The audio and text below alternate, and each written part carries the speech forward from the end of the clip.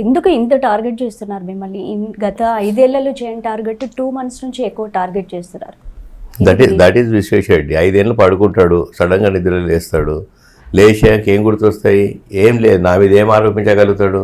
ప్రజలతో మమేకమై ప్రజల మధ్యలో తిరుగుతూ ఇంత సంతోషంగా ఇంత హ్యాపీగా తిరిగే రంజిత్ రెడ్డిని అంత మంచి ఆదరించే ప్రజలకు ఏం చేయాలి? నా గురించి విషయం కక్కాలి. ఆ విశ్వేశ్వరరెడ్డికి ఆయన విషం రెడ్డి అంట. ఎందుకంటే నేను తప్పు చేస్తే ఇన్నాళ్ళు ఏం చేస్తాడు అపోజిషన్ లీడర్? చేయాలి కదా, మీద కామెంట్ చేయాలి. ఎందుకు కామెంట్ చేయట్లేడమ్మా? ఇప్పుడు వచ్చి నేను ఎప్పుడు 3 ఏళ్ళ క్రితమే తప్పు చేసినా అంటాడు. చెప్పాను, నువ్వు రేపురా ఎల్లుండ్రా ఏ చౌరస్తాకు వస్తావురా, నువ్వు నిజాలు అక్కడే మాట్లాడుకుందాము. మళ్ళీ తర్వాత ప్రెస్ వాళ్ళకి ఎవరికో చెప్తాడు, నాకు తెలియదు ఎవరు అన్నారు ఎట్లా అని చెప్పి. అదేంటి, ఒక లీడర్ మీద వట్టి ఎలిగేట్ చేస్తే, ఆరోపిస్తే ఎంత గట్టిగా చెప్పాలి? సో జైపాల్ రెడ్డి లాంటి ప్రాతినిధ్యం వహించిన స్థానం నుంచి రెండోసారి పల్లి గెలిచి మీరు చరిత్ర సృష్టించబోతున్నారు అనుకోవచ్చు.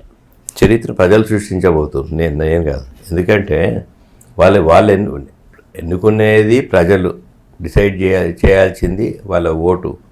వాళ్ళకి ఏం కావాలి?